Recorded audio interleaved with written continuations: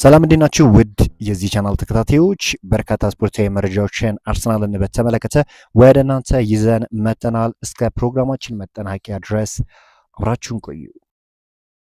አርሰናል እንግዲህ በዚህ ክረምት የማርቲኔሊን ሁኔታ በሚገባ ይመለከታል ተብሎ ይጠበቃል። አዲስ የክንፍ መስመር ተጫዋችም ለማስፈረም ሀሳብ እንዳለ ነው እየተነገረ የሚገኘው። በክንፍ መስመር ቦታ ላይ ብዙ ወይም በርካታ ተጫዋቾችን እየተመለከቱ ይገኛሉ። ማንን ያስፈርማሉ የሚሉ ነገር ደግሞ የብዙዎችን ቀልብ ስቧል። ታዲያ ክርስቶስ ዞሊስ ከአርሰናል ጋር እስከ 2031 ውል ላይ በግል ጥቅማጥቅሞች ዙሪያ ስምምነት ላይ ደርሷል። በአመት 3 ሚሊዮን ዩሮ ደሞዝ ያገኛል ተብሎ ይጠበቃል። ክርስቶስ ዞሊስ በጣም ድንቅ የሚባል ተጫዋች እንደሆነ ይታወቃል እና እንደዚህ አይነት ተጫዋችን አርሰናል ማግኘቱ በራሱ ጥሩ ነው ተብሎ ይጠበቃል። ክርስቶስ ዞሊስ እንግዲህ 24 ዓመቱ ሲሆን የግሪካዊ ዜግነት ያለው ተጫዋች እንደሆነ ይታወቃል። በቤልጂየም ፕሮ ሊግ ላይ እንግዲህ ሌፍት ዊንግ ቦታ ላይ ሆኖ ነው እንግዲህ ሲጫወት የነበረው።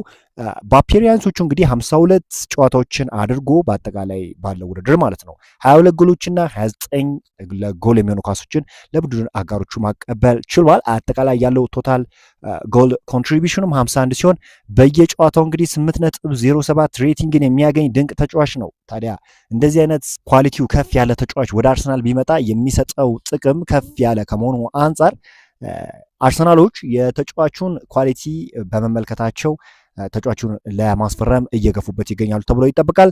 በቅርብ ጊዜያትም እንግዲህ የተጫዋች ለአርሰናል ፊርማውን ያኖራል ተብሎ ይጠበቃል። በግል ስምምነት ጉዳይ እንግዲህ ምንም አይነት ችግር ይፈጠራል ተብሎ አይጠበቅም። ምክንያቱም አርሰናል የመጀመሪያ ምርጫው ነው ለተጫዋቹና አርሰናሎችም ቢሆን የተጫዋቹ ሁኔታ በቅርበት እየተከታተሉት እንደሚገኙ ታማኝ የሚባሉ የዜና አውታሮች እየገለጹት ይገኛሉ። ምናልባት የመጀመሪያው ፈራሚ ክርስቶስ ዞሊስ የግሪካዊ ኢንተርናሽናል ወደ አርሰናል ይዘዋወራል ተብሎ ይጠበቃል። የመጀመሪያው ፈራሚ ይሆናል ተብሎ የሚጠበቅ ጉዳይ ነው። አርሰናል ኮንሳን ለማስፈረም ፍላጎት አለው ተብሏል። አርሰናል ተከላካዩን የሳለባ ክፍተት ለመሙላት አማራጭ አድርጎ ይመለከተዋል። እንደሚታወቀው እንግዲህ ይህ ድንቅ የሆነ የተከላካይ ስፍራ ተጫዋች ጉዳት ማስተናገዱን ተከትሎ አርሰናሎች በበርካታ ተጫዋች ለጊዜውም ቢሆን እንግዲህ ለመተካት ሀሳብ እንዳላቸው ነው እየተነገረ የሚገኘው። ኮንሳ ደግሞ ትክክለኛው ተጫዋች እንደሆነ ይጠበቃል። በአስቶን ቪላ ቤት እያሳየ ያለው አቋም የበርካታ ክለቦችን ቀለብ የሳበ ተጫዋች እንደሆነ የሚታወቅ ጉዳይ ነው። ታዲያ አርሰናሎች ይህንን ተጫዋች ለማስፈረም እንቅስቃሴ ማድረግ ጀምረዋል። ተጫዋቹ በጣም ተቀይሮ ሲወጣ አይታችሁ ከሆነ በጣም ልቡ ተሰብሮ ነበር። ይህ የሚያሳየው ደግሞ ጉዳቱ የከፋ እንደሆነ ነው እና ዊሊያም ሳሊባ ለወራት ከሜዳ እንደሚርቅ ይጠበቃል። ከዚህ አንጻር እንግዲህ ተጫዋቹ የሚተካ ሌላ ተጫዋች ለማስፈረም አርሰናሎች ወደ ገበያው እንደወጡ እየተነገረ ይገኛል።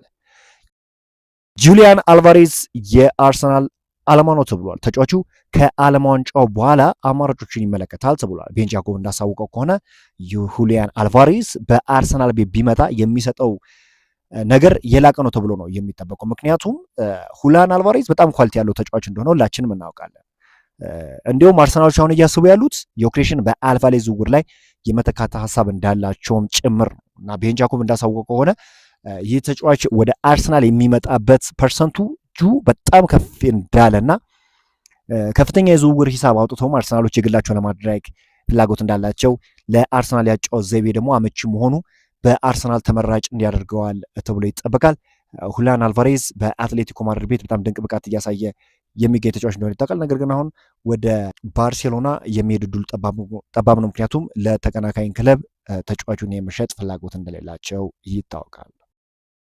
ከዛ ባሻገር እንግዲህ አርሰናሎች የብሩኖ ጉማሬሽን ሁኔታ በቅርበት እየተከታተሉት እንደሆነ ነው እየተገለጸ የሚገኘው። ብሩኖ ጉማሬሽ ኒውካስትል ጋር የሚያደርገውን ንግግር የጉማሬሽ ወኪሎች እንዲያወሩት ይፈልጋልና ተመጣጣኝ ዋጋ እስኪገኝ ድረስ ኃላፊነቱ ለነሱ ትቷል። ኒውካስትልም ከ80 እስከ 85 ሚሊዮን ፓውንድ ከተጫዋቹ ዝውውር እንደሚፈልግ እየተገለጸ ይገኛል።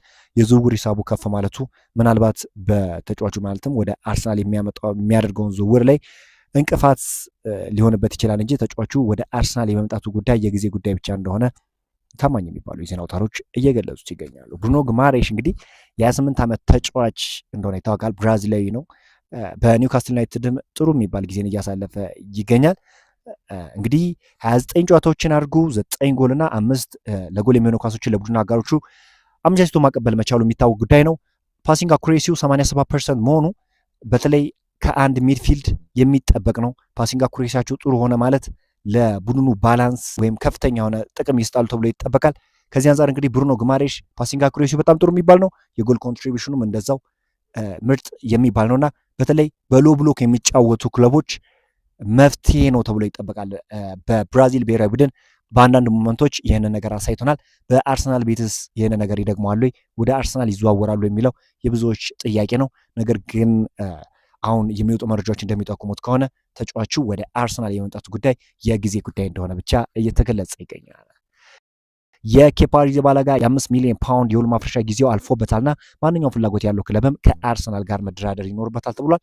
ስለዚህ አሁን ውል ማፍረሻው ስለተጠናቀቀ ተደራድረው ነው ተጫዋቹን ማግኘት የሚችሉት። የግብ ጠባቂ በአርሰናል ቤት ምንም እንኳን የተጠበቀውን ያህል ባይንቀሳቀስም ነገር ግን በቼልሲ ቤት በጣም ድንቅ ብቃቱን ያስመለከተ ግብ ጠባቂ እንደሆነ ይታወቃል። ነገር ግን አሁን የግብ ጠባቂው ብቃት ከመውረዱ አንጻር ፈላጊ ክለብ ያገኛሉ የሚለው ነገር ጥያቄ ሊያስነሳ ይችላል።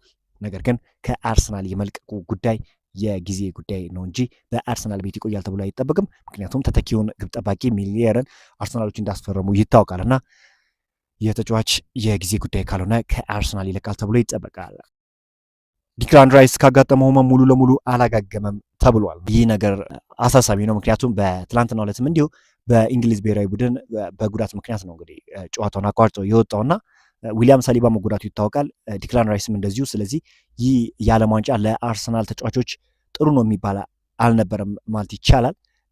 አሁን የአርሰናል ተጫዋቾች በጣም የሚበረከቱበት የእንግሊዝ ብሔራዊ ቡድን የዓለም ዋንጫውን ከፍ አድርጎ የመሳም ግምቱ ከፍ ያለ ነበር። ነገር ግን አንዳንድ ጊዜ ታታሪነት፣ አብሮ መስራት ምን ያህል ወሳኝነት እንዳለው በትናንትናው ጨዋታ መመልከት ይችላል። የእንግሊዝ ብሔራዊ ቡድን እንግዲህ በመከላከል ውጤቶችን ለማግኘት ሀሳብ ነበራቸው። ነገር ግን የአርጀንቲና ብሔራዊ ቡድን ታታሪ በመሆኑ በመጨረሻም እንግዲህ የስራውን ውጤት መውሰድ ችሏል ማለት ይቻላል። ታዲያ አሁን እንግዲህ ዲክላን ራይስ ተቀይሮ መውጣቱ ራሱ በእንግሊዝ ብሔራዊ ቡድን ላይ የፈጠረውን ኢምፓክት መመልከት ችለናል። ስለዚህ አሁን አርሰናሎች በሚገባ በዝውውር መሳተፍ አለባቸው የሚል እምነት አለኝ። በተለይ የዊሊያም ሳሊባን መጎዳት ተከትሎ አርሰናሎች ፈጣን እርምጃ ይወስዳሉ ተብሎ ይጠበቃል። በዛሬው ዕለት እንግዲህ አርሰናል የተመለከቱ ስፖርታዊ መረጃዎች ይህን ይመስላሉ። አዳዲስ ስፖርታዊ መረጃዎች የሚመጡ ከሆነ ወደ እናንተ የምናደርስ ይሆናል። አብራችሁን ስለቆያችሁ ከልብ እናመሰግናለን።